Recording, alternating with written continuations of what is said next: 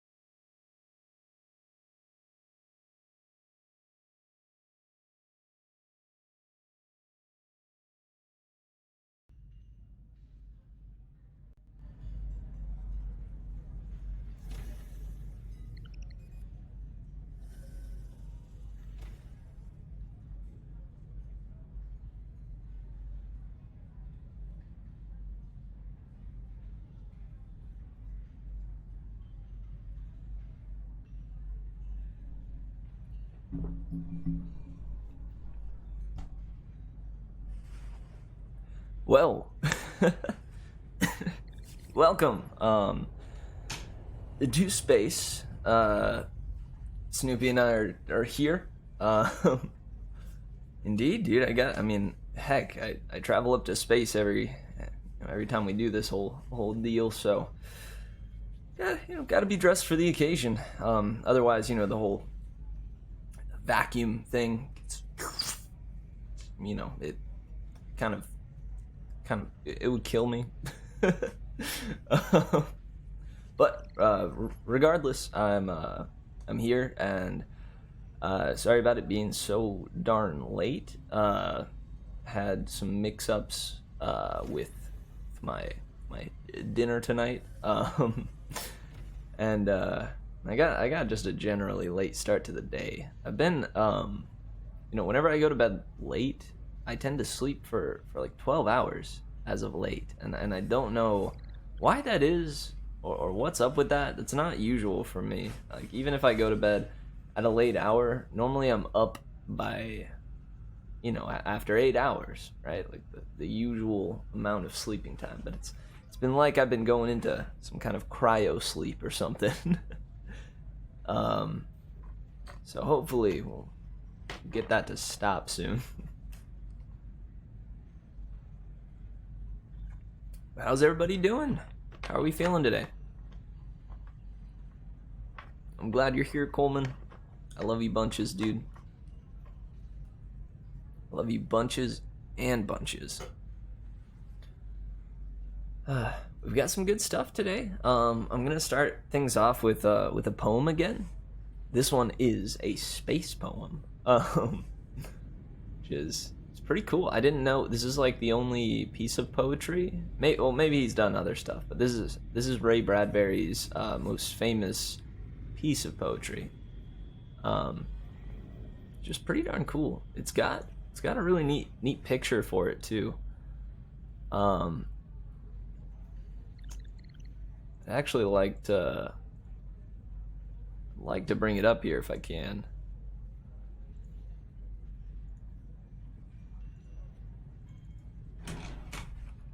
Bradbury space. Let's go to my sci-fi folder. And good. Yeah, check this out. This is that's the picture that it has for the cover. I don't know if that's something that Bradbury actually commissioned or what, but that's a darn cool piece of thing. I'll plop it in the background for a bit. It's pretty cool. So this is Thought and Space by Ray Bradbury. This station operates in linear space-time. Please refrain from using hyperspace travel and communications. Sorry, there was a bit of a some kind of announcement from the bridge. They said something about not using space travel. That might be a problem. We're in space right now, and we're traveling. Probably not important. So, Thought in Space by Ray Bradbury. Space, thy boundaries are time and time alone. No earth-born rocket, seedling skyward sown, will ever reach your cold, infinite end. This power is not man's to build or send. Great deities laugh down, venting their mirth at struggling bipeds on a cloud-wrapped earth, chained solid on a war-swept, waning globe. For fate, who witnesses, to pry and probe, but list. One weapon have I stronger yet. Prepare infinity and God's regret. Thought, quick as light, shall pierce the veil, to reach the lost beginning's holy grail. across the sullen void on soundless trail, where new-spawned suns and chilling planets wail. One thought shall travel midst the gods' playthings, past cindered globes where choking flame still sings. No wall of force yet have ye firmly wrought the chains, supreme strength of purest thought, unleashed without a body's slacking hold. Thought leaves the ancient earth behind to mold, and when the galaxies have heeded death, then welcomed lastly space's poisoned breath, still shall thought travel as an arrow flown. Space, thy boundaries are time, and time alone. That was nice. That was a cool little thing. Heck. Not entirely sure what it was trying to get at, but that was nice. Space, thy boundaries are time and time alone. That's kind of cool. You know, there's that whole idea of space and time being, you know, equal, or like the two great powers within the world, within the universe rather. But do you think time is actually the one that surpasses even space? I don't know. I've thought of them solely as equals, you know? Like they're the two things that work in tandem to allow our existence, right? But I don't know, this has me thinking a little differently. In the great battle between Palkia and Dialga, you know, is Dialga truly the one that actually reigns over both? Or reigns over the other? It's a little Pokemon reference. Hope you guys know. The Rise of Darkrai? I still love that movie. It's one of my favorites from back in the day when I would watch Pokemon films. That's one that I'd like to revisit too. And it was sick, right? Like it had, I think Palkia and Dialga are some of the best legendary Pokemon that they've come up with, at least for me, along with Darkrai, because they cover some really, like, I don't know, they're supposedly like the powers over some really like crazy concepts, right? Like Darkrai has power over Dream. Palkia has power over space, and Dialga has power over time. In my opinion, I don't know whether Darkrai or Dialga would be the champ among the three, because those two, like Dream and Time, seem to be more powerful than space. Because Dream and Time like exist outside of space, or can they only exist because of space? Frick, dude, I don't even know. I'm getting into stuff that I don't even think I can speak on. But heck yeah, that was nice. Thought in Space by Ray Bradbury. It's a nice one. I will get Bradbury's space out of my space station for now. It's a sick picture though. I mean, look at that.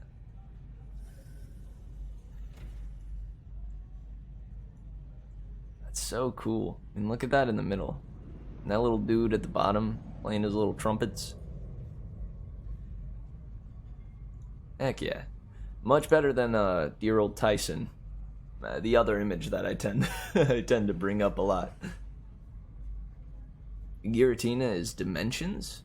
Yeah, I wasn't sure what the heck Giratina was even doing, like among the three, or among the two.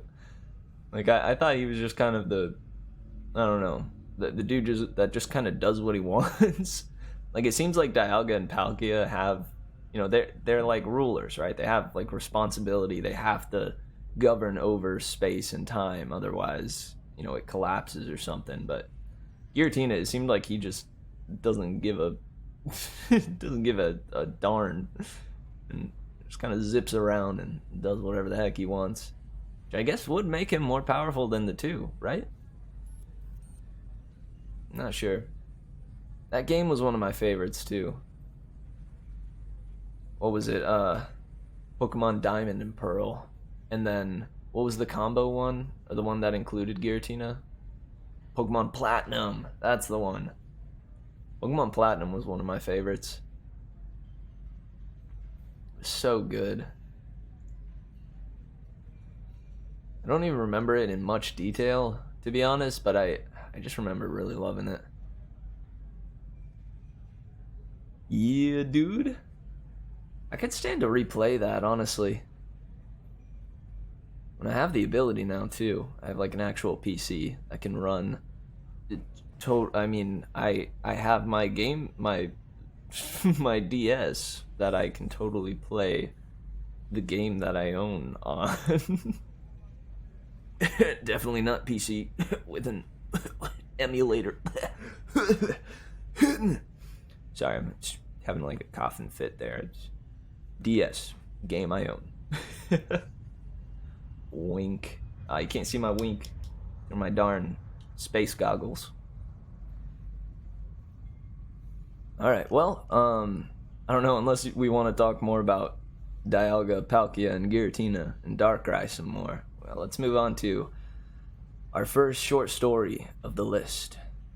We're going to be jumping into Clark Ashton Smith's works and Ray Bradbury's works tonight. Those are the two that I've picked out. It seems like, especially Ray Bradbury, he has a lot more to offer than I could have ever even imagined. You know, his The Million Year Picnic was an impactful one to me, and then There Will Come Soft Rains was even more so for me. So I'm really excited to check out some of the other works that I've been looking into, and supposedly are I don't know, more of his works that people find pretty darn cool and good. I'm excited to check them out. But we're going to start off with Clark Ashton Smith's The Demon of the Flower. So let's jump into it. This is The Demon of the Flower by Clark Ashton Smith. Not as the plants and flowers of earth, growing peacefully beneath a simple sun, were the blossoms of the plant lo-fi. Were the blossoms of the planet lo-fi. Coiling and uncoiling in double dawns, tossing tumultuously under vast suns of jade green and balas ruby orange, swaying and weltering in rich twilights, in aurora curtained nights. They resembled fields of rooted serpents that dance eternally to an otherworldly music. Many were small and furtive, and crept viper-wise on the ground. Others were tall as pythons, rearing superbly in hieratic postures to the jeweled light. Some grew with single or dual stems that burgeoned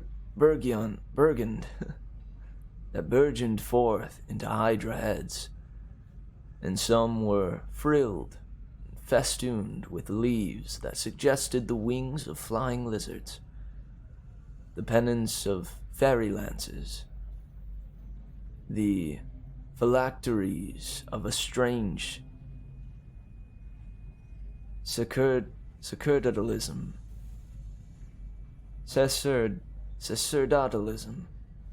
What the heck is this word? What is this? What is this word? I'm sorry, I'm stopping everything for a second. I need to know what the heck this is.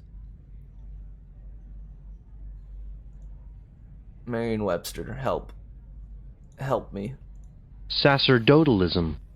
Sacerdotalism. Religious belief emphasizing the powers of priests as essential mediators between God and humankind. That is, sacerdotalism. Sacerdotalism.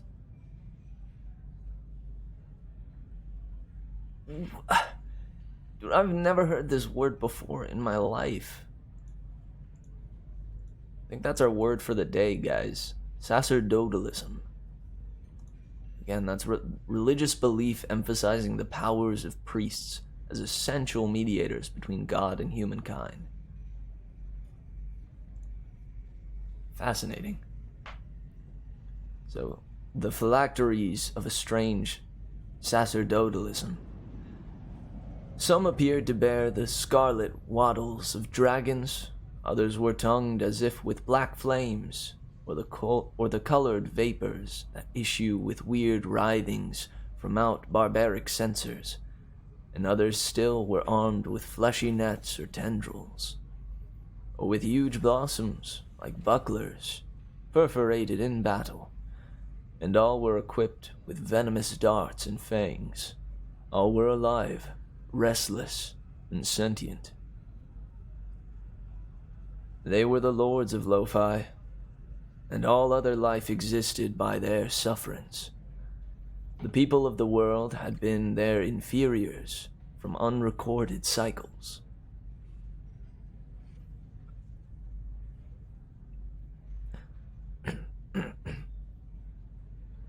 And even in the most primitive myths, there was no suggestion that any other order of things had ever prevailed, and the plants themselves, together with the fauna and mankind of Lo-Fi, gave immemorial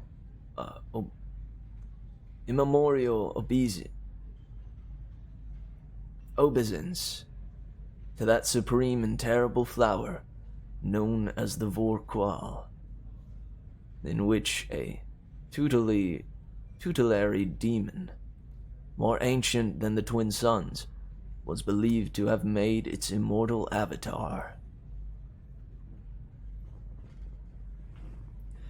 The Vorqual was served by a human priesthood, chosen from amid the royalty and aristocracy of Lo-Fi, in the heart of the chief city, Las Par. In an equatorial realm, it had grown from antiquity on the summit of a high pyramid of sable terraces that loomed over the town like the hanging gardens of some greater Babylon, crowded with the lesser but deadly floral forms. At the center of the broad apex, the Vorqual stood alone in a basin level with the surrounding platform of black mineral. The basin was filled with a compost in which the dust of royal mummies formed an essential ingredient. The demon flower sprang from a bulb so encrusted with the growth of the ages that it resembled a stone urn. Above this there rose the gnarled and mighty stalk that had displayed in earlier times the bifurcation of a mandrake, but whose halves had not grown together into a scaly, furrowed thing like the tail of some mythic sea monster. The stalk was variegated with hues of greening bronze, of antique copper, with the livid blues and purples of fleshy corruption. It ended in a crown of stiff blackish leaves, banded and spotted with poisonous metallic white and edged with sharp serrations as of savage weapons. From below the crown issued a long, sinuous arm, scaled like the main stem, and serpentining downward and outward to terminate in the huge upright bowl of a bizarre blossom, as if the arm, in sardonic fashion, should hold out a hellish beggar's cup. Abhorrent and monstrous was the bowl, which, like the leaves, was legended to renew itself at intervals of 1,000 years. It smoldered with sullen ruby at the base. It lightened into zones of dragon's blood, into belts of the rose of infernal sunset on the full swelling sides, and it flamed at the rim to a hot yellowish Nakarat red, like the ichor of salamanders. To one who dared peer within, the cup was lined with sepulchral violet, blackening toward the bottom, pitted with myriad pores, and staked with turgescent veins and sulphurous green. Bear with me, guys.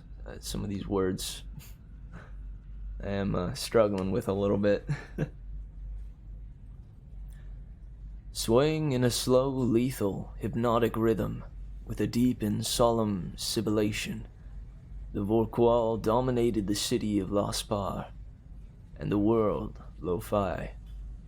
Below, on the tiers of the pyramid, the thronged ophidian plants kept time to this rhythm in their tossing and hissing, and far beyond Lospar, to the poles of the planet, and in all its longitudes, the living blossoms obeyed the sovereign tempo of the Vorqual.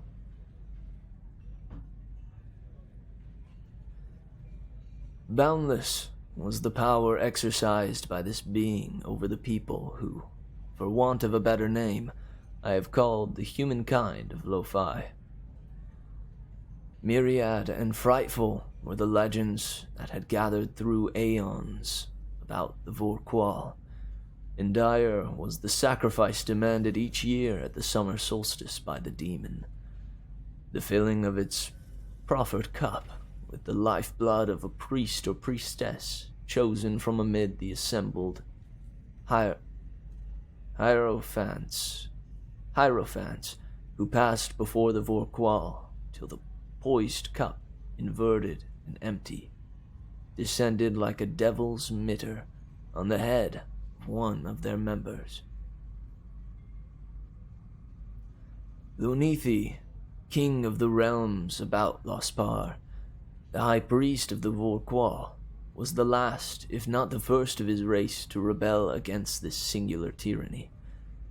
There were dim myths of some primordial ruler who had dared to refuse the required sacrifice, and whose people, in consequence, had been decimated by a mortal war with the serpentine plants which, obeying the angry demon, had uprooted themselves everywhere from the soil and had marched on the cities of Lo-Fi, slaying or vampirizing all who fell in their way.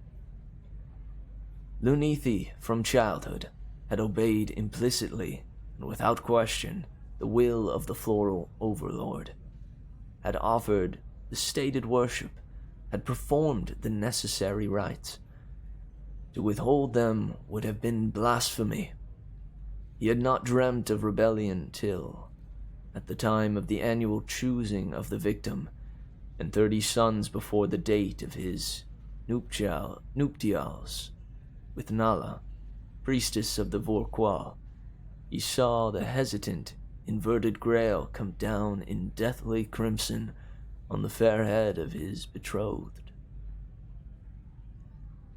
A sorrowful consternation, a dark, sullen dismay, which he sought to smother in his heart, was experienced by Lunithi.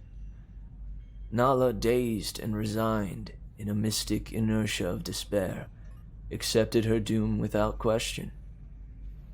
But a blasphemous doubt formed itself, surreptitiously in the mind of the king. Trembling at his own impiety, he asked himself if there was not some way in which he could save Nala, could cheat the demon of its ghastly tribute. To do this, and escape with impunity to himself and his subjects, he knew that he must strike at the very life of the monster, which was believed to be deathless and invulnerable. It seemed impious even to wonder concerning the truth of this belief, which had long assumed the force of a religious tenet and was held unanimously. Amid such reflections, Lunithi remembered an old myth about the existence of a neutral and independent being known as the Oclith, a demon coeval with the Vorqual, and allied and allied neither to man nor the flower creatures. This being was said to dwell beyond the desert of Afam, in the otherwise unpeopled mountains of white stone above the habitat of the Ophidian blossoms. In latter days no man had seen the Oclith, for the journey through Aeom was not lightly to be undertaken. But this entity was supposed to be immortal, and it kept apart and alone, meditating upon all things but interfering never with their processes. However, it was said to have given, in earlier times, valuable advice to a certain king who had gone forth from Lospar to its lair among the White Crags. In his grief and desperation, Lunithi resolved to seek the Oclith and question it anet the possibility of slaying the Vorqual. If, by any mortal means, the demon could be destroyed, he would remove from Lo-Fi the long-established tyranny whose shadow fell upon all things from the Sable Pyramid. It was necessary for him to proceed with utmost caution, to confide in no one, to veil his very thoughts at all times from the occult scrutiny of the Vorqual. In the interim of 5 days between the choosing of the victim and the consummation of the sacrifice, he must carry out his mad plan. Unattended and disguised as a simple hunter of beasts, he left his palace during the short 3-hour night of universal slumber and stole forth toward the desert of Afom. In the dawn of the Balas ruby sun, he had reached the pathless waste and was toiling painfully over its knife-sharp ridges of dark stone, like the waves of a mounting ocean petrified in storm. Soon the rays of the green sun were added to those of the other, and Afam became a painted inferno through which Lunithi dragged his way, crawling from scrap to glassy scrap, or resting at whiles in the colored shadows. There was no water anywhere, but swift mirages gleamed and faded, and the sifting sand appeared to run like rills in the bottom of deep valleys. At setting of the first sun, he came within sight of the pale mountains beyond Afam, towering like cliffs of frozen foam above the desert's dark sea. They were tinged with transient lights of azure, of jade and orange, in the going of the yellow-red orb, and the westward slanting of its binary. Then the lights melted into beryl and tourmaline, and the green sun with regnant over all, till it too went down, leaving a twilight whose colors were those of seawater. In the gloom, Lunithi reached the foot of the pale crags, and there, exhausted, he slept till the second dawn. Rising, he began his escalade of the White Mountains. They rose bleak and terrible before him against the hidden suns, with cliffs that were like the sheer terraces of gods. Like the king who had preceded him in the ancient myth, he found a precarious way that led upward through narrow, broken chasms. At last, he came to the vaster fissure, riving the heart of the White Range, by which it was alone possible to reach the legendary lair of the Oclith. The chasm's beetling walls rose higher and higher above him, shutting out the suns but creating with their whiteness a wane of deathly glimmer to illuminate his way. The fissure was such as might have been cloven by the sword of a macrocosmic giant. It led downward, steepening ever like a wound that pierced to the heart of Lo-Fi. Lunithi, like all of his race, was able to exist for prolonged periods without other nutriment than sunlight and water. He had brought with him a metal flask filled with the aqueous element of lo-fi, from which he drank sparingly as he descended the chasm. For the White Mountains were waterless, and he feared to touch the pools and streams of unknown fluids upon which he came at intervals in the dusk.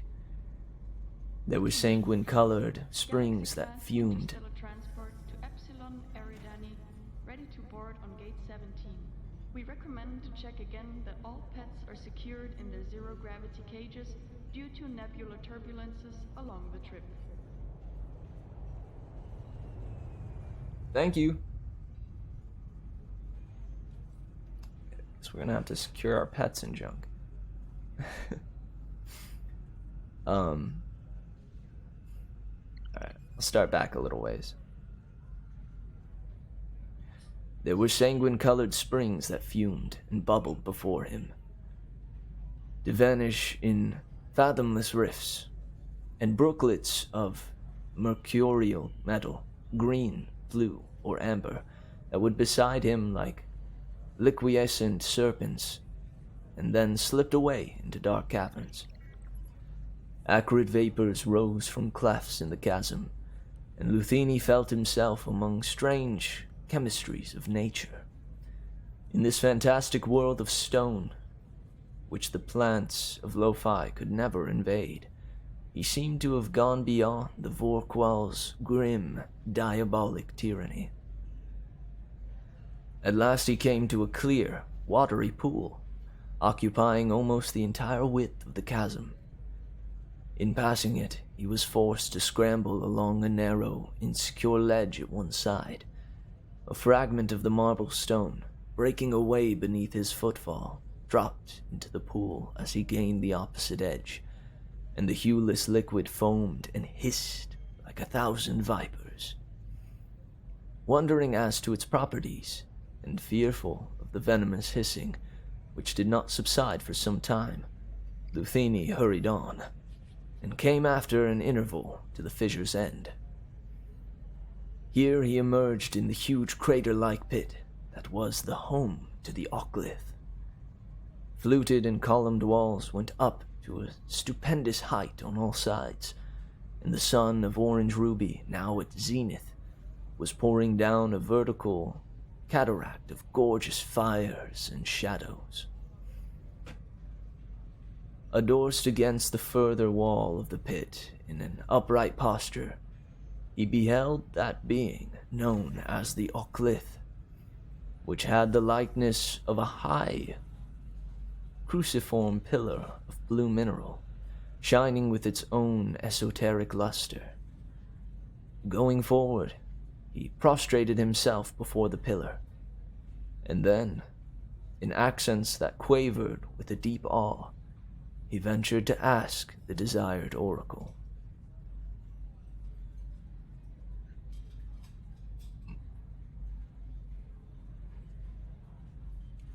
For a while, the Ocklith maintained its aeon-old silence.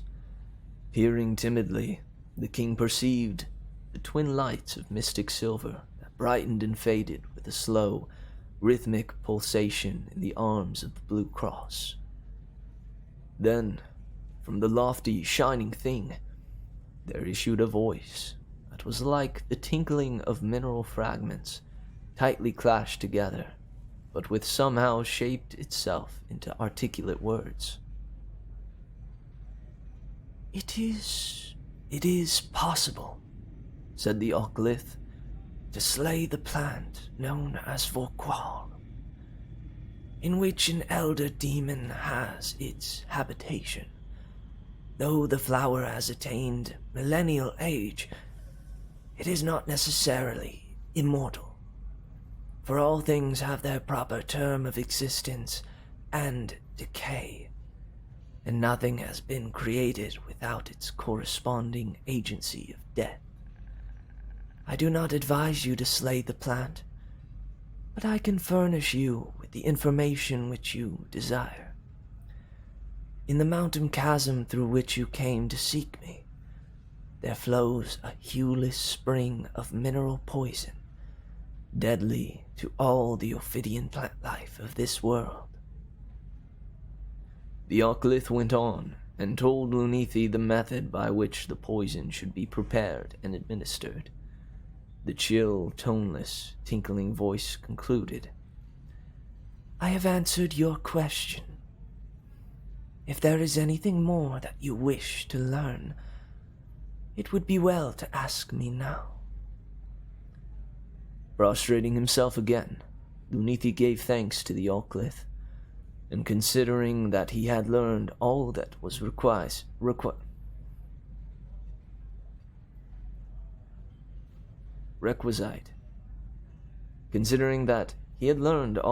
requisite, he did not avail himself of the opportunity to question further the strange entity of living stone.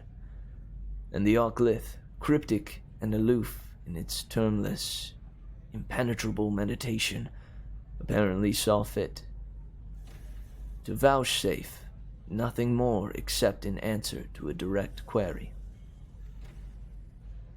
Withdrawing from the marble-walled abyss, Lunithi returned in haste along the chasm, till, reaching the pool of which the Oclith had spoken, he paused to empty his water flask and fill it with the angry, hissing liquid. Then he resumed his homeward journey. At the end of 2 days, after incredible fatigues and torments in the blazing hell of Afom, he reached Lospar in the time of darkness and slumber. As when he had departed, since his absence had been unannounced, it was supposed that he had retired to the underground Adida below the pyramid of the Vorqual for purposes of prolonged meditation, as was sometimes his wont. In alternate hope and trepidation, dreading the miscarriage of his plan, and shrinking still from the audacious impiety, Lunithi awaited the night preceding that double dawn of summer solstice, when, in a secret room of the Black Pyramid, the monstrous offering was to be made ready. Please consult the serve box for our alternative menus. We are happy to serve all life forms. Nala would be slain by a fellow priest or priestess. Also, sorry, the bridge, speaker systems even come to my room, even when I ask them to, have it be silent in this room. Come on, I don't know. You guys know roommates.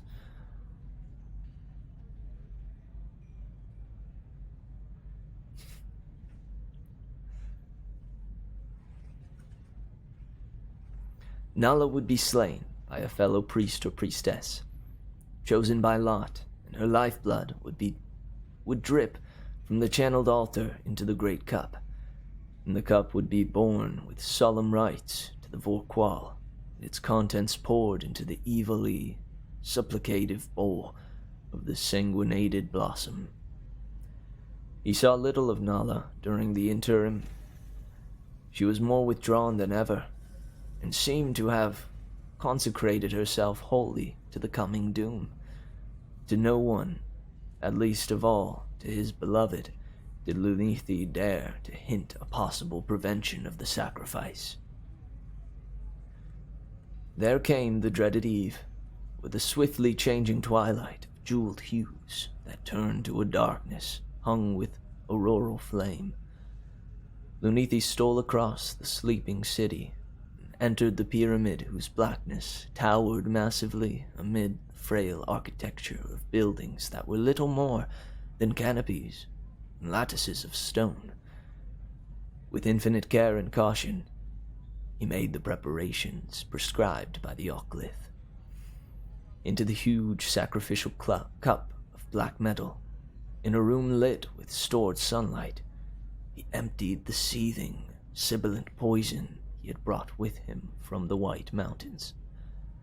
Then, opening adroitly a vein of his arm, he added a certain amount of his own life fluid to the lethal poison, above whose foaming crystal it floated like a magic oil, without mingling, so that the entire cup, to all appearance, was filled with the liquid most acceptable to the satanic blossom. Bearing in his hands the black grail, Lunithi ascended a hewn stairway that led to the Vorqual's presence. His heart quailing, his senses swooning in chill gulps of terror, he emerged on the lofty summit above the shadowy town. In a luminous azure gloom, against the weird and iridescent streamers of light that foreran the double dawn, he saw the dreamy swaying of the monstrous plant, and heard its somnolent hissing that was answered drowsily by myriad blossoms on the tiers below. A nightmare oppression, black and tangible, seemed to flow from the pyramid and to lie in stagnant shadow on all the lands of Lo-Fi. Aghast at his own temerity, and deeming that his shrouded thoughts would surely be understood as he drew nearer, or that the Vorqual would be suspicious of an offering brought before the accustomed hour, Lunithi made obeisance to the floral suzerain. The Vorqual vouchsafed no sign that it had deigned to perceive his presence, but the great flower cup, with its flaming crimsons, dulled to garnet the purple in the twilight, was held forward as if in readiness to receive the hideous gift. Breathless and fainting with religious fear, in a moment of suspense that seemed eternal, Luthini poured the blood-mantled poison into the cup. The venom boiled and hissed like a wizard's brew as the thirsty flower drank it up. And Luthini saw the scaled arm draw back, tilting its demon grail quickly, as if to repudiate the doubtful draught. It was too late, for the poison had been absorbed by the blossom's porous lining. The tilting motion changed in midair to an agonizing writhing of the reptilian arm, and then the Vorqual's huge, scaly stalk and pointed leaf crown began to toss in a deathly dance, waving darkly against the auroral curtains of morn. Its deep hissing sharpened to an insupportable note, fraught with the pain of a dying devil. And looking down from the platform edge on which he crouched to avoid the swaying growth, Luthini saw that the lesser plants on the terraces were now tossing in a mad unison with their master. Like noises in an ill dream, he heard the chorus of their tortured sibilations. He dared not look again at the Vorqual, till he became aware of a strange silence, and saw that the blossoms below had ceased to writhe, and were drooping limply on their stems. Then, incredulous, he knew that the Vorqual was dead. Turning in triumph mingled with horror, he beheld the flaccid stalk that had fallen prone on its bed of unholy compost. He saw the sudden writhing of the stiff, sordid leaves of the gross and hellish cup. Even the stony bulb appeared to collapse and crumble before his eyes. The entire stem, its evil colors fading swiftly, shrank and fell in upon itself like a sere, empty serpent skin. At the same time, in some obscure manner, Luthini was still aware of the presence that brooded above the pyramid. Even in the death of the Vorqual, it seemed to him that he was not alone. Then, as he stood and waited, fearing he knew not what, he felt the passing of a cold and unseen thing in the gloom. a thing that flowed across his body like the thick coils of some enormous python, without sound, in dark, clammy undulations. A moment more and it was gone, and Luthini no longer felt the brooding presence. He turned to go, but it seemed that the dying night was full of an unconceived terror that gathered before him as he went down the long, somber stairs. Slowly he descended. A weird despair was upon him. He had slain the Vorqual, had seen it wither in death, yet he could not believe the thing he had done. The lifting of the ancient doom was still no more than an idle myth. The twilight brightened as he passed through the slumbering city. According to custom, no one would be abroad for another hour. Then the priests of the Vorqual would gather for the annual blood offering. Midway between the pyramid and his own palace, Luthini was more than startled to meet the maiden Nala. Pale and ghostly, she glided by him with a swift and swaying movement, almost serpentine, which differed oddly from her habitual languor. Luthini dared not accost her when he saw her shut, unheeding eyes like those of a somnambulist. And he was awed and troubled by the strange ease, the unnatural surety of her motion, which reminded him of something which he feared to remember. In a turmoil of fantastic doubt and oppression, he followed her, threading the exotic maze of Lospar with the fleet of sinuous glide of a homing serpent. Nala entered the sacred pyramid.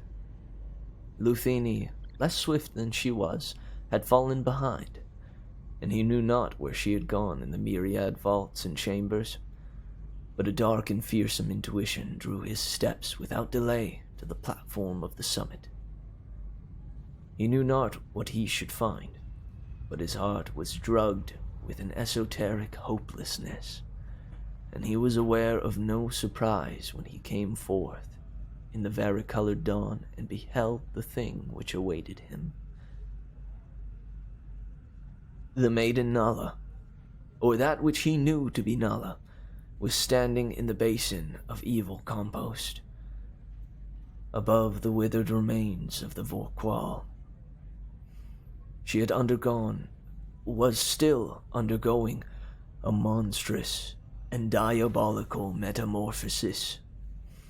Her frail, slight body had assumed a long and dragon-like shape, and the tender skin was marked off in incipient scales that darkened momentarily with a molting of baleful hues. Her head was no longer recognizable as such, and the human lineaments were flaring into a weird semicircle of pointed leaf buds. Her lower limbs had joined together and rooted themselves in the ground. One of her arms was becoming a part of the reptilian bowl, and the other was lengthening into a scaly stem that bore the dark red bud of a sinister blossom. More and more the monstrosity took on the similitude of the Vorqual, and Luthini, crushed by the ancient awe and dark, terrible faith of his ancestors, could feel no longer any doubt of its true identity. Soon there was no trace of Nala in the thing before him, which began to sway with a sinuous, python-like rhythm, and to utter a deep and measured sibilation, to which the plants on the lower tiers responded. He knew then that the Vorqual had returned to claim its sacrifice, and preside forever above the city Lospar and the world Lo-Fi.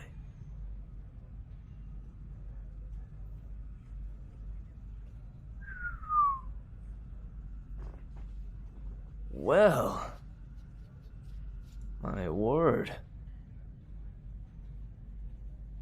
That was certainly something.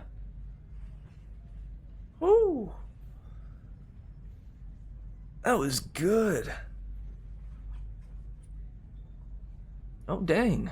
Also, thank you so much, Sami and Victor Lems. Forgive me if I mispronounce that. But thank you for the follows. Honest to goodness. Oh, and yo, I think I missed Loop Goops. Lucas, did you skedaddle? Regardless, I'll thank him later. But no, I'll thank him now as well. But man, that was tight. Hey, thank you, Victor.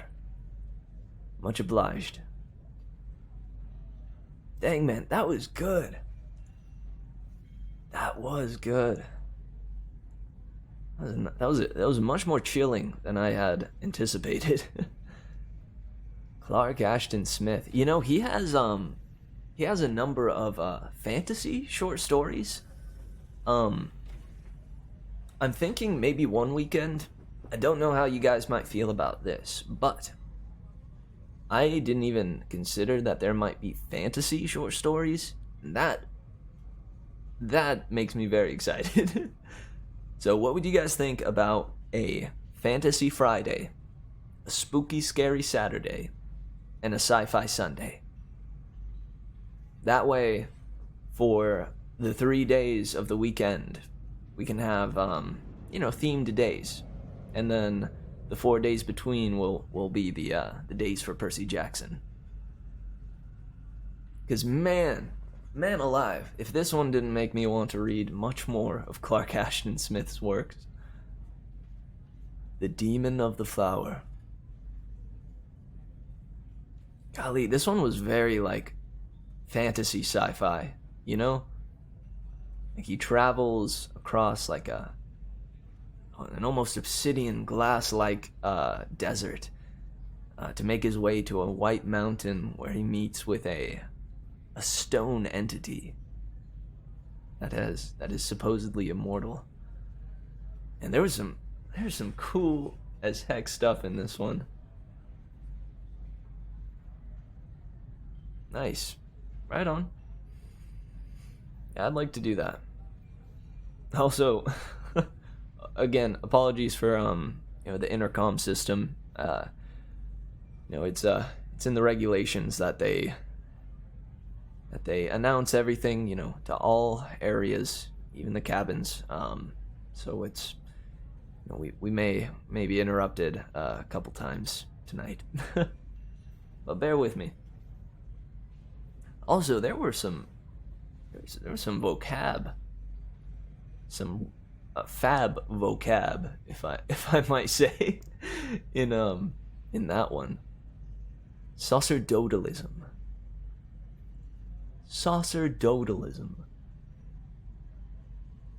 I don't know if I ever would have come across that word if not for this stream. I'm grateful for that. Again, guys, I'm serious. That's our word for the day. Sacerdotalism. Religious belief emphasizing the powers of priests as essential mediators between God and humankind. Fascinating. Dude, there's so many words.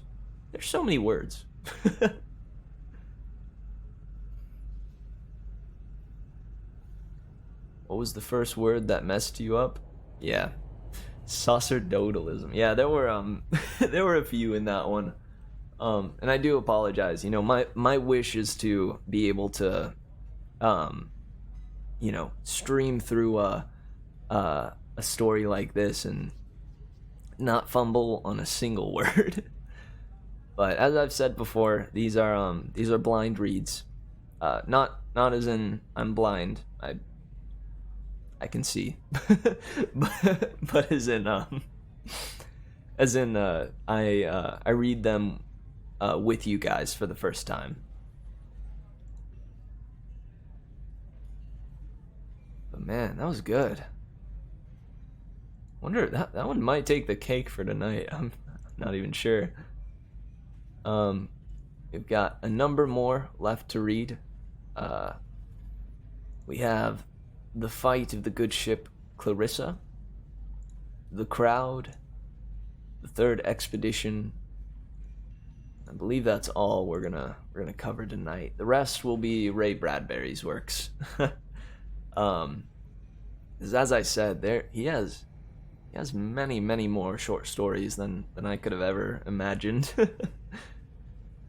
As well as that poem from the beginning. The Fight of the Good Ship Clarissa is pretty short, so I'm going to jump into that one. We'll read through that, and then we'll jump into our first break. But heck yeah. Alright, hopefully, I think the announcements might be done for now. So, I'm going to get reading before we run into another. Alright, so this is The Fight of the Good Ship Clarissa by Ray Bradbury. The Flight of the Good Ship Clarissa was first published in Ray Bradbury's Futuria Fantasia, winter 1940, credited by one who should know better. The story is featured in our science fiction study guide. Yeah, again, a lot of these stories I get from AmericanLiterature.com. It's a good site if you're in for some short stories. They've got all kinds. It's a good little compilation. And it's free online. The space rocket Clarissa was 9 days out from Venus. The members of the crew were also out for 9 days. They were hunters, fearless expeditionists who bagged game in Venusian jungles. At the start of our story, they are busy bagging their pants, not to forget their eyes. A sort of lull had fallen over the ship. Note, a lull is a time warp that frequently attacks rockets and seduces its members into a siesta. It was during this lull that Anthony Quelch sat sprawled at his typewriter, looking as baggy as a bag of unripe grapefruit.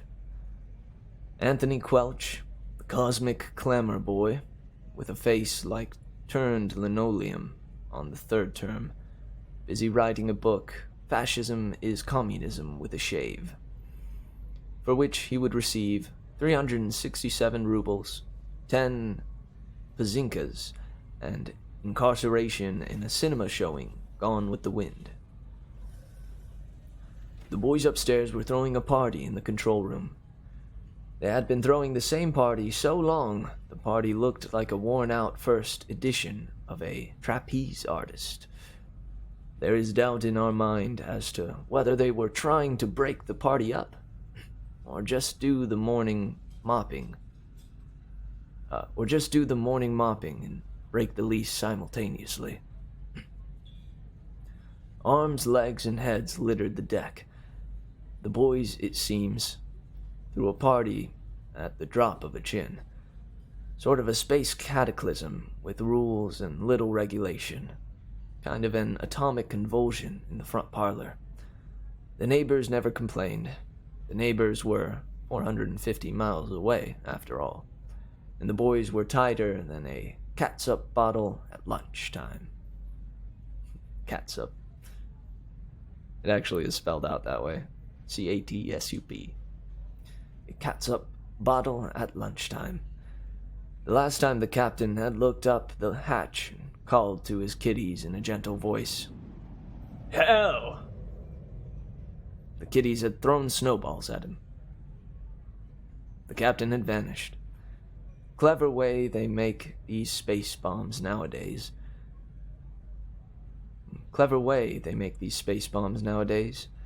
A few minutes previous, the boys had been tearing up.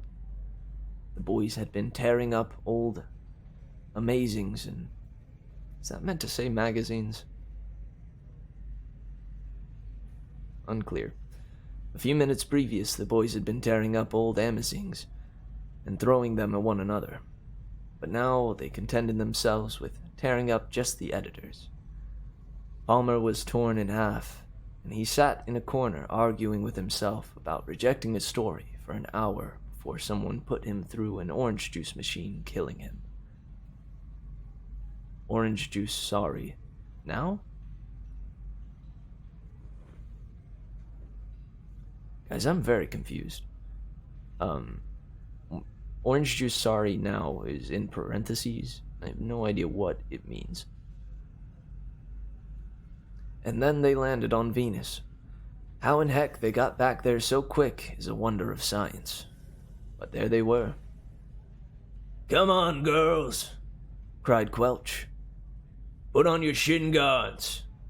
Get out there and dig ditches for good old WPA and the Rover Boys Academy, Earth Branch 27.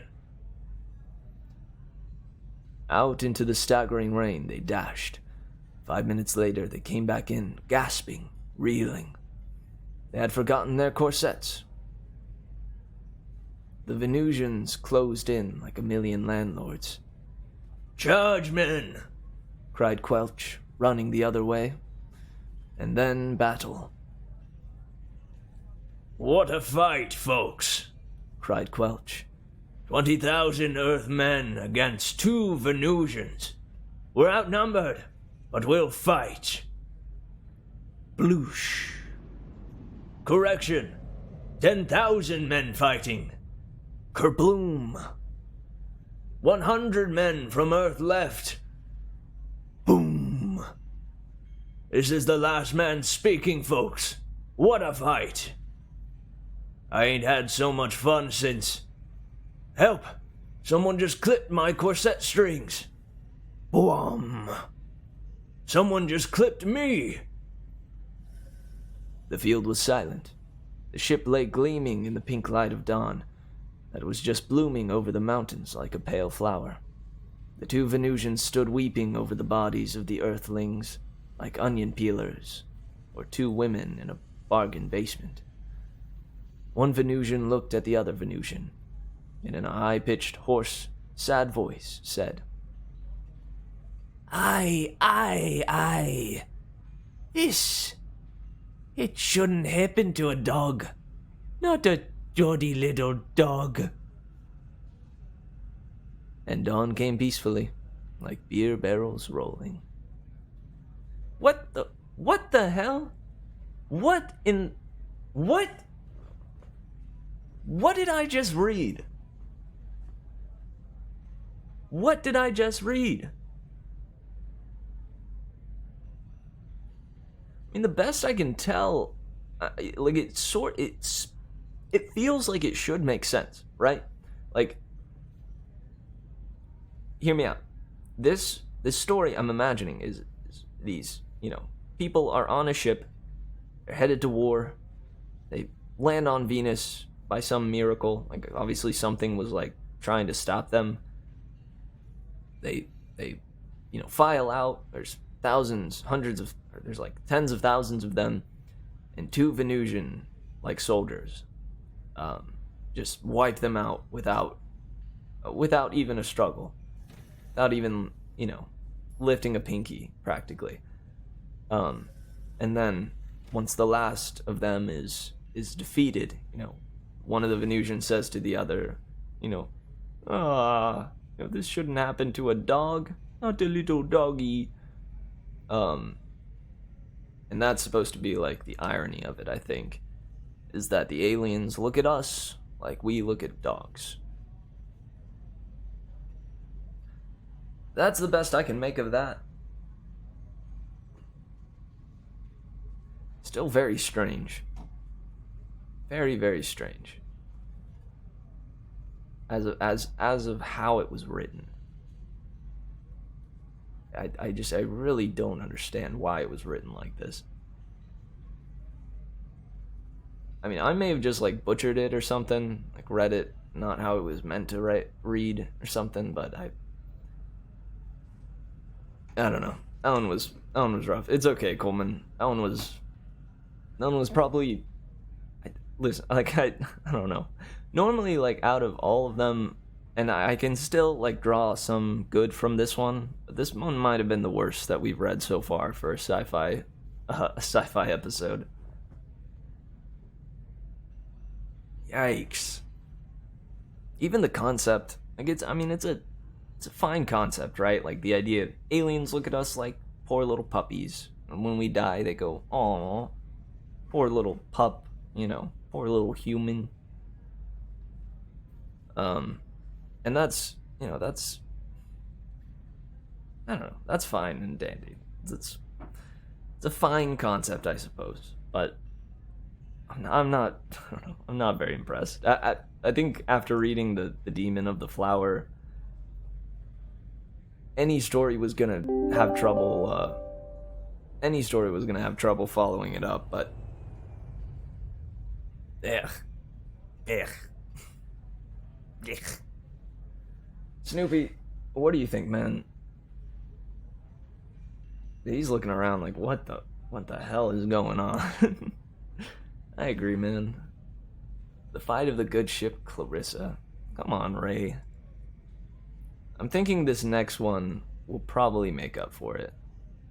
This one seems interesting. It's called The Crowd. We are gonna cut to a break though. I hope that everybody enjoyed the stories thus far. I think the Demon Flower is gonna be one that's gonna be hard to beat tonight. But yeah.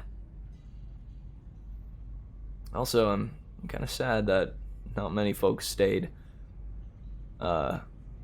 Victor, are you still there, man?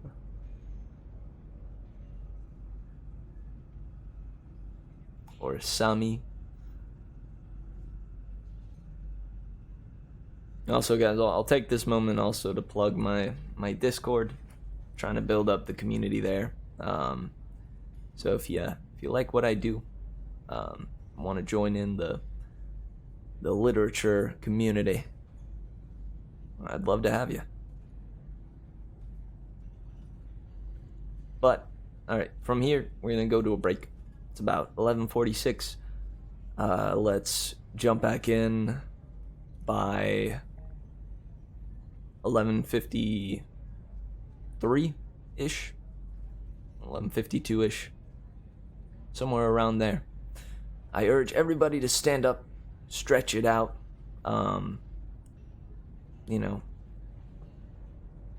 Avoid demon plants. Yeah, nah, dude, you didn't miss much. The next one, I think, will be one to not miss, though, if you can. And then we'll come back with The Crowd by Ray Bradbury, and I may jump right into the third expedition, but we may have another break after The Crowd. We'll see. But thanks so much for hanging out, and I'll be seeing you very soon. Again, I urge everybody to get up, grab your snackadoos, grab your drinks, and we'll be back with more space stories in a little bit. All right. I love you guys bunches, and I'll see you very soon. Mwah. Mwah, mwah, mwah, mwah, mwah. See ya.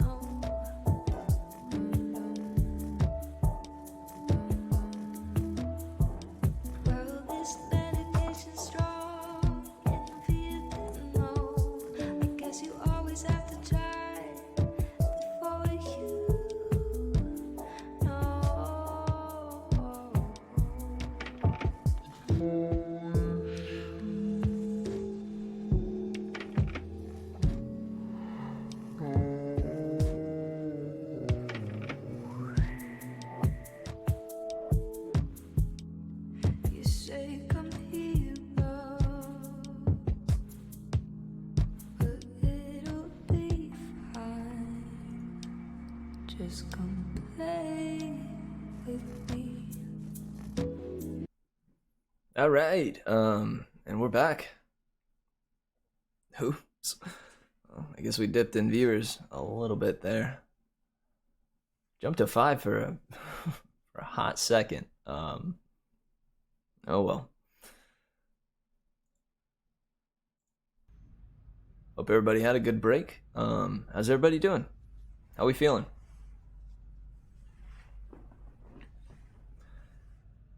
I guess they're gonna miss out on The Crowd by Ray Bradbury.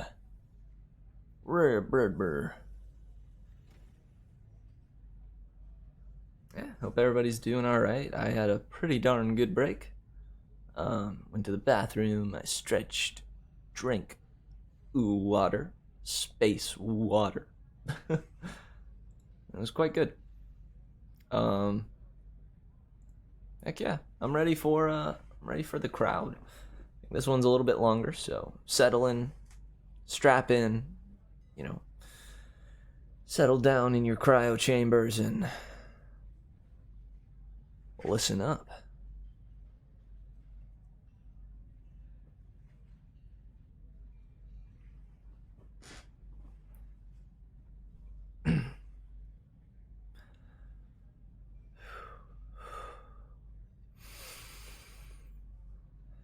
This is The Crowd by Ray Bradbury. Attention, please. Due to fire hazard, all organisms in gaseous state are required to wear protective suits at all times. Thank you for your cooperation. Shoot, dude, fire hazards? I hope Jim Brombo is okay. He's a gaseous fellow, you know. I knew him in when I was training as a space cadet. I hope he's alright. I think he's somewhere on this space station. Good old Jim Brombo. He's a good guy. He was. I mean, he is a good guy. Heck. Yeah, they just said fire hazards, right? There's not like an emergency. Yeah, no, there'd be... Right, Snoop? There'd be like, an alarm thing going on, right? Yeah, alright, we're good.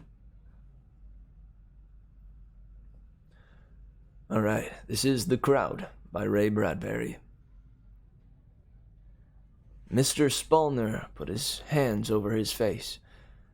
There was the feeling of movement in space, a beautifully tortured scream, the impact and tumbling of the car with wall through wall, over and down like a toy, and him hurled out of it.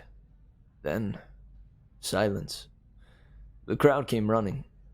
Faintly, where he lay, he heard them murmuring. He heard them running. You could tell their ages and their sizes by the sound of their numerous feet over the summer grass and on the lined pavement and over the asphalt street and picking through the cluttered brick to where his car hung half into the night sky, still spinning its wheels with a senseless centrifuge.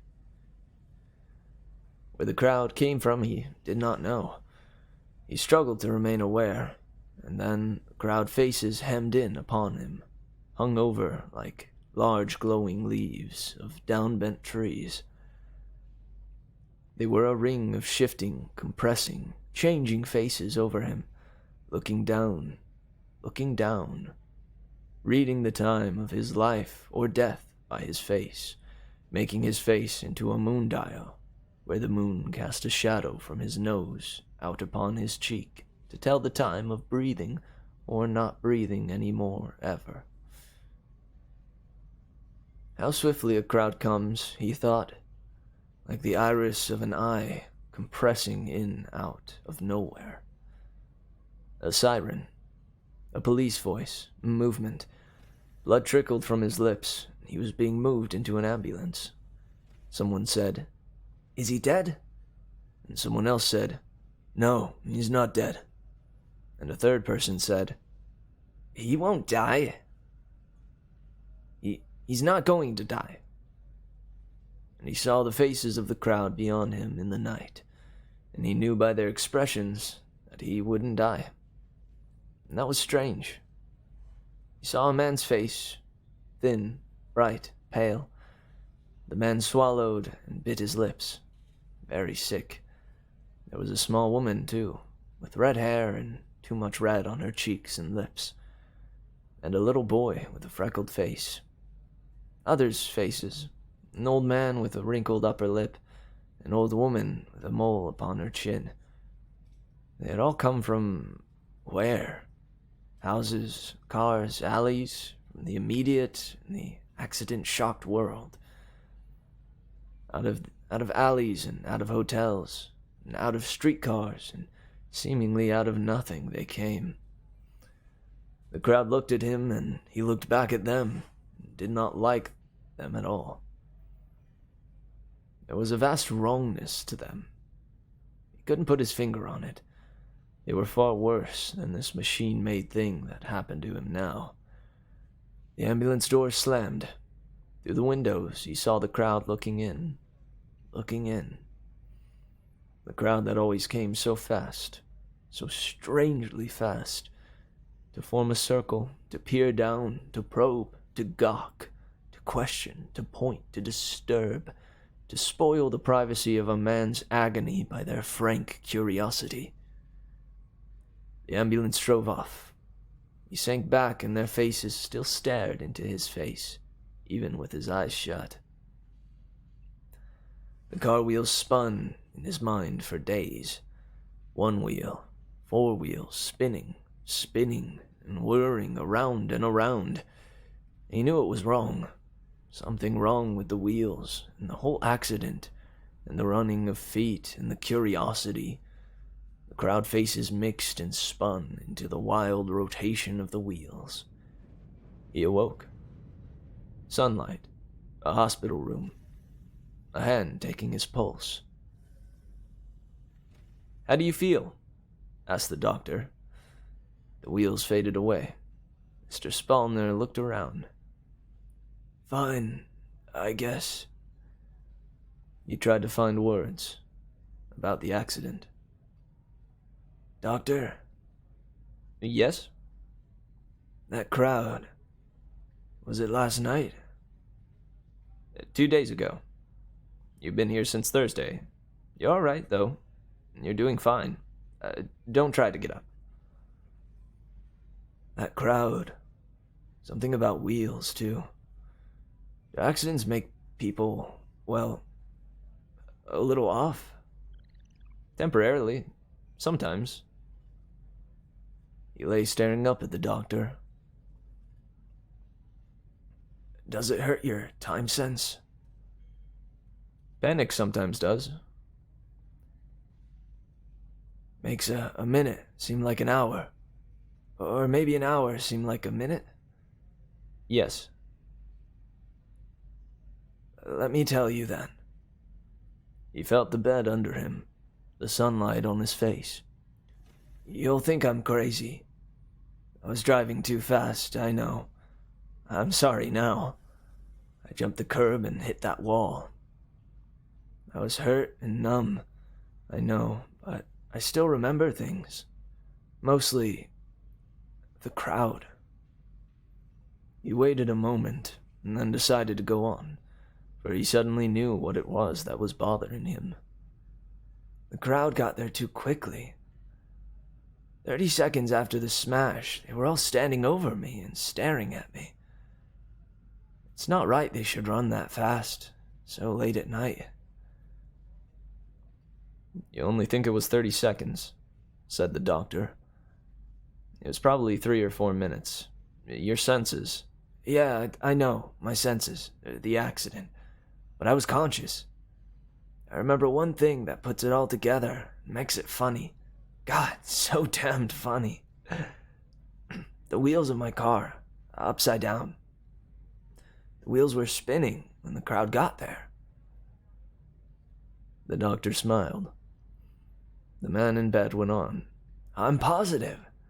The wheels were spinfling and spinning fast. The front wheels.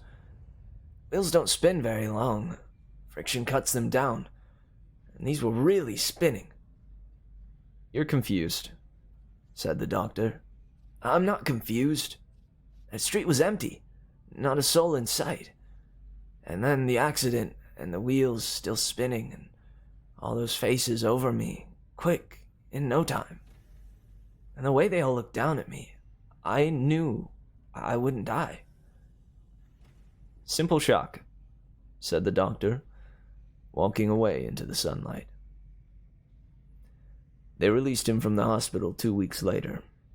He rode home in a taxi.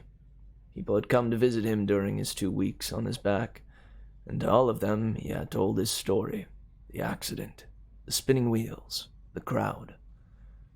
They had all laughed with him concerning it and passed it off. He leaned forward and tapped on the taxi window. What's wrong? The cabbie looked back. Oh. What's wrong? The cabbie looked back. Sorry, boss. This is one hell of a town to drive in. Got an accident up ahead. Want me to detour? Yes. No. Wait. Go ahead. Let's take a look. The cab moved forward, honking. Funny damn thing, said the cabbie. Hey, you! Get that flea trap out of the way. Quieter. Funny thing. More damned people. Nosy people. Mr. Spallner looked down and watched his fingers tremble on his knee. You noticed that too? Sure, said the cabbie. All the time. There's always a crowd. You'd think it was their own mother who got killed. They come running awfully fast, said the man in the back of the cab. Same way with a fire or an explosion. Nobody around. Boom! Lots of people around. I don't know. Ever seen an accident at night? The cabbie nodded. Sure. Don't make no difference. There's always a crowd. The wreck came in view. A body lay on the pavement. You knew there was a body, even if you couldn't see it, because of the crowd. The crowd with its back toward him as he sat in the rear of the cab, with its back toward him. He opened the window and almost started to yell, but he didn't have the nerve. If he yelled, they might turn around, and he was afraid to see their faces. I seem to have a penchant for accidents, he said, in his office. It was late afternoon. His friend sat across the desk from him, listening. Attention passengers of flight ACBS-31 from Alpha Centauri to Barnard Star. The departure has been delayed for 25 minutes due to a wormhole anomaly. Dang, that's the third time this week.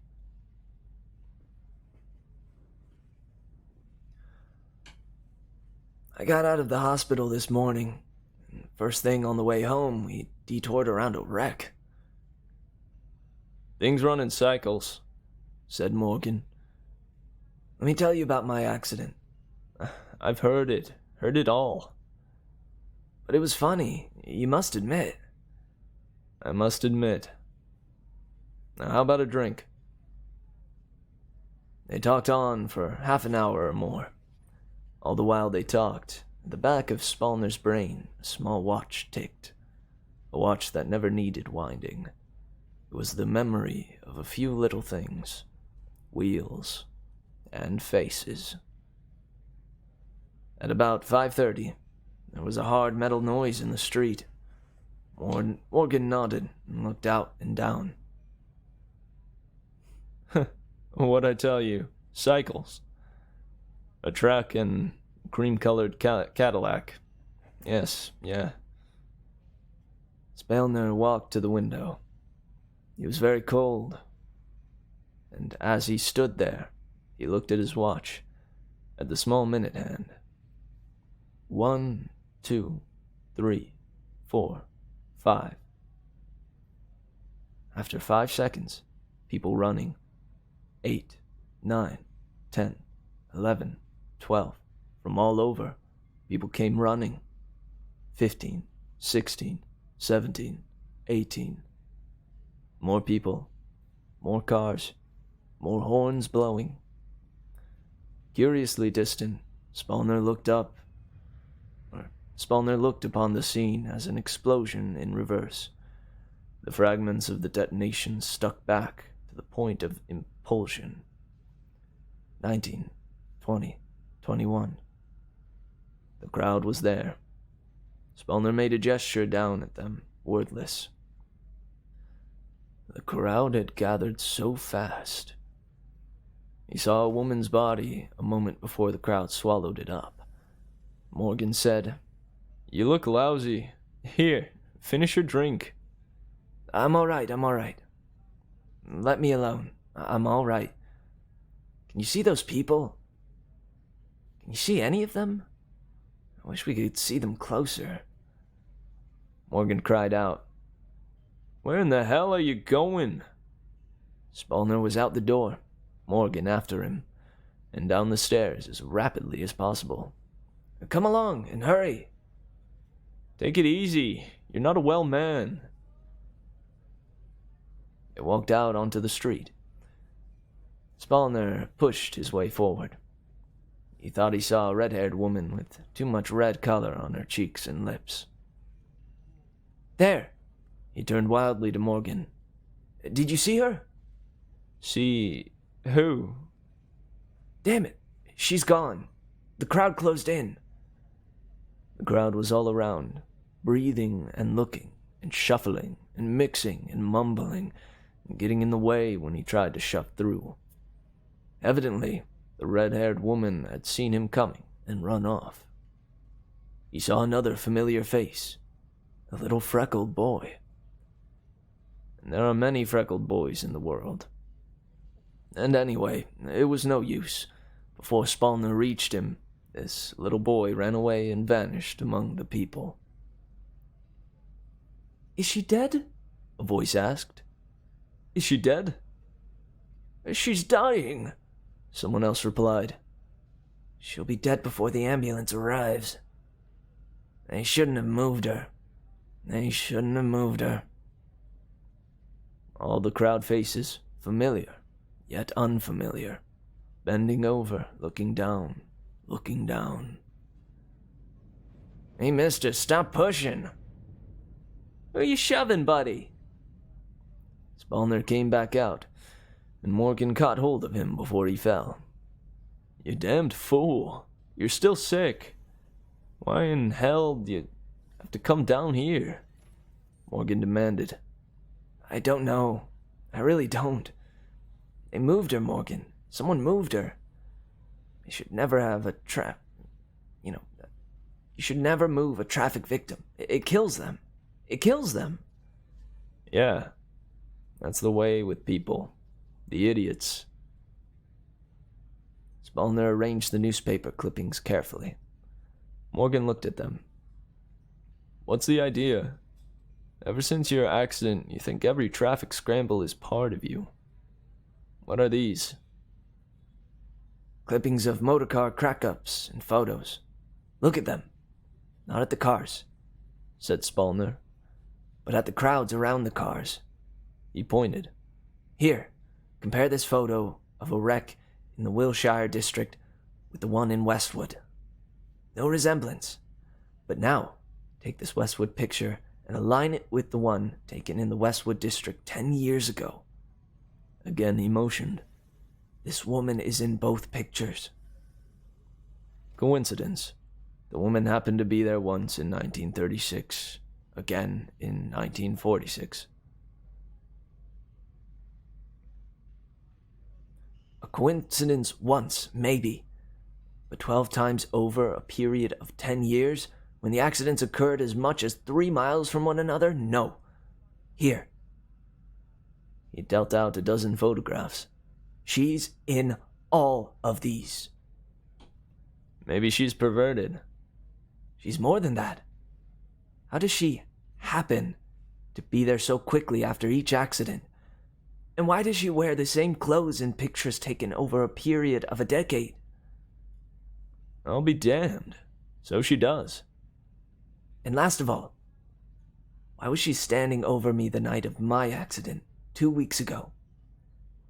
They had a drink. Morgan went over the files. What'd you do? Hire a clipping service while you were in the hospital to go back through the newspapers for you? Spallner nodded. Morgan sipped his drink. It was getting late. The street lights were coming on in the streets below the office. What does all this add up to? I don't know, said Spallner. Except that there's a universal law about accidents. Crowds gather. They always gather. And like you and me, people have wondered year after year why they gathered so quickly and how. I know the answer. Here it is. He flung the clippings down. It frightens me. These people, mightn't they be thrill hunters? Perverted sensationalists with a carnal lust for blood and morbidity. Spallner shrugged. Does that explain their being at all accidents? Notice they stick to certain territories. A Brentwood accident will bring out one group, a Huntington Park another, but there's a norm for faces. A certain percentage appear at each wreck. Morgan said, They're not all the same faces, are they? Naturally not. Accidents draw normal people, too, in the course of time, but these, I find, are always the first ones there. Who are they? What do they want? You keep hinting and never telling. Good Lord, you must have some idea. You scared yourself, and now you've got me jumping. I've tried getting to them, but someone always trips me up. I'm always too late. They slip into the crowd and vanish. The crowd seems to offer protection to some of its members. They see me coming. Sounds like some sort of clique. They have one thing in common. They always show up together. At a fire, or an explosion, or on the sidelines of a war, at any public demonstration of this thing called death. Vultures, hyenas, or saints, I don't know which they are. I just don't know. But I'm going to the police with it this evening. It's gone on long enough. One of them shifted that woman's body today.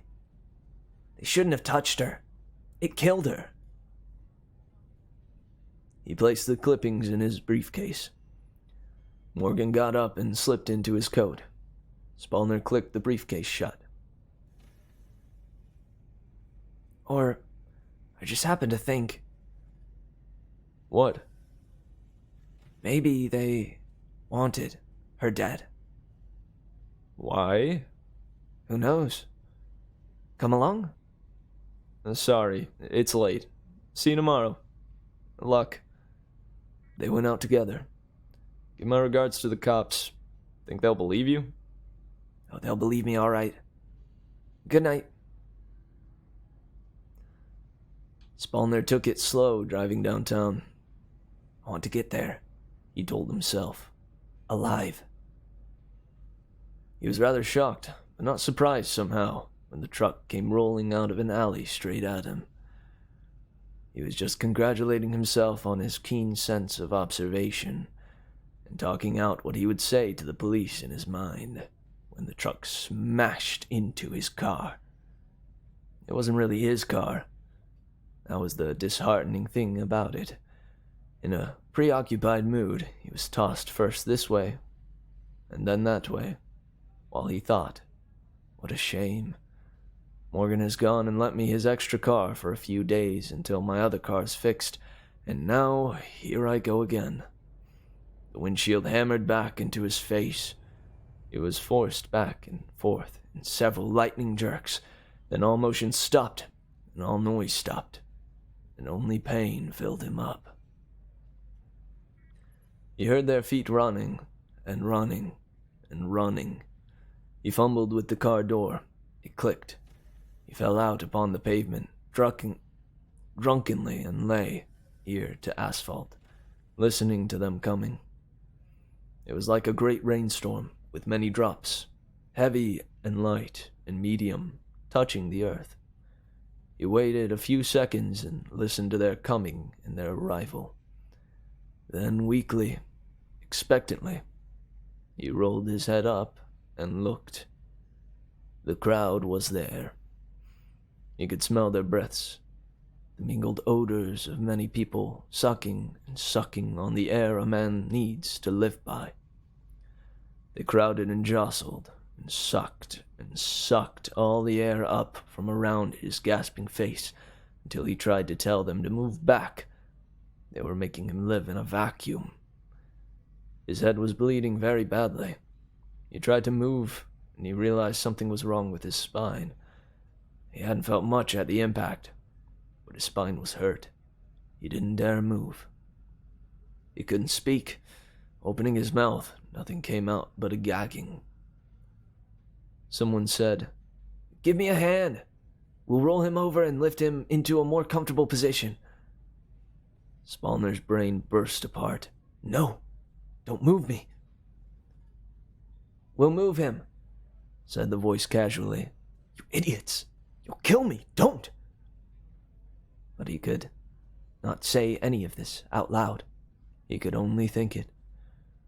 Hands took hold of him. They started to lift him. He cried out. Nausea choked him up. They straightened him out into a ramrod of agony. 2 men did it. One of them was thin, bright, pale, alert, a young man. The other man was very old and had a wrinkled upper lip. He had seen their faces before.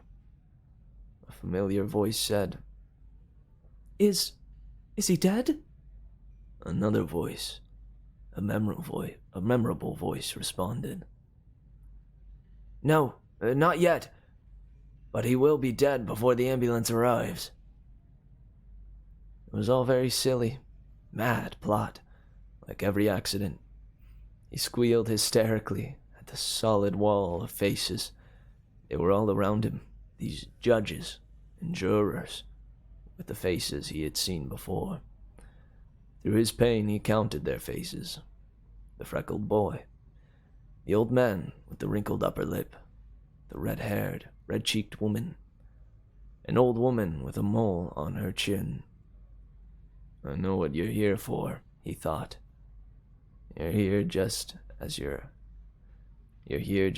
are at all accidents, to make certain the right ones live and the right ones die. That's why you lifted me. You knew it would kill. You knew I'd live if you left me alone. And that's the way it's been since time began, when crowds gather. You murder much easier this way. Your alibi is very simple. You didn't know it was dangerous to move a hurt man. You didn't mean to hurt him. He looked at them. Above him, and he was curious as a man under deep water looking up at people on a bridge. "Who are you? Where do you come from? And how do you get here so soon? You're the crowd that always in the way. You're the crowd that's always in the way, using up good air that a dying man's lungs are in need of. Using up space he should be using to lie in, alone. Tramping on people to make sure they die. That's you. I know all of you." It was like a polite monologue. They said nothing. Faces. The old man, the red-haired woman. Someone picked up his briefcase. "Whose is this?" "It's mine. The evidence against all of you." Eyes inverted over him. Shiny eyes under tousled hair or under hats. Faces. Somewhere. A siren. The ambulance was coming.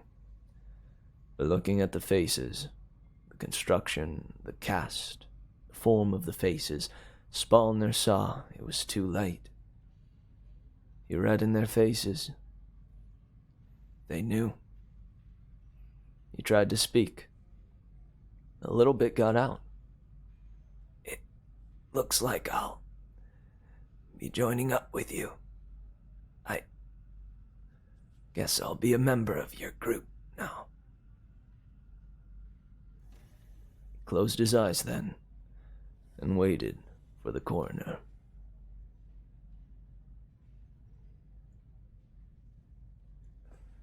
Shoot. I thought this one was sci-fi, but I guess not.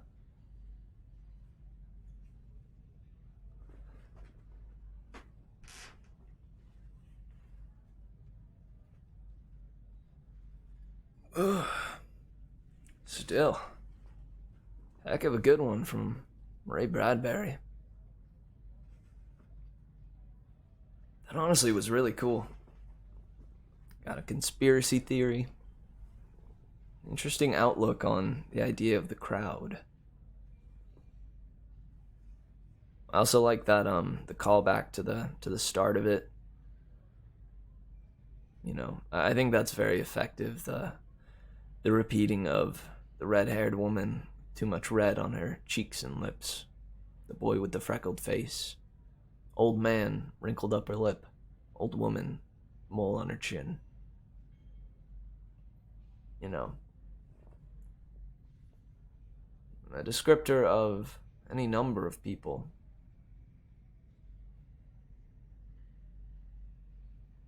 That was cool. I like that.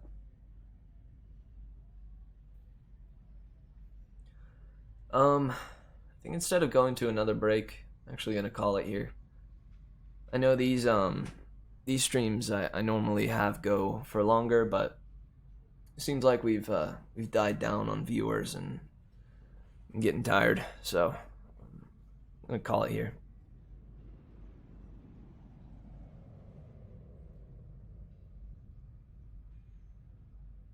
Well,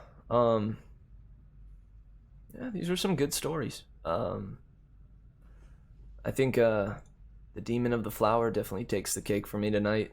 I really liked the poem at the beginning. That was some good stuff. And the crowd wasn't sci-fi, but it's definitely better than the fight of the good ship Clarissa. Goodness.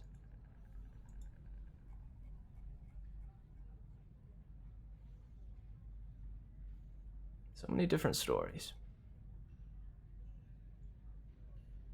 And, as always, I pray I did him justice.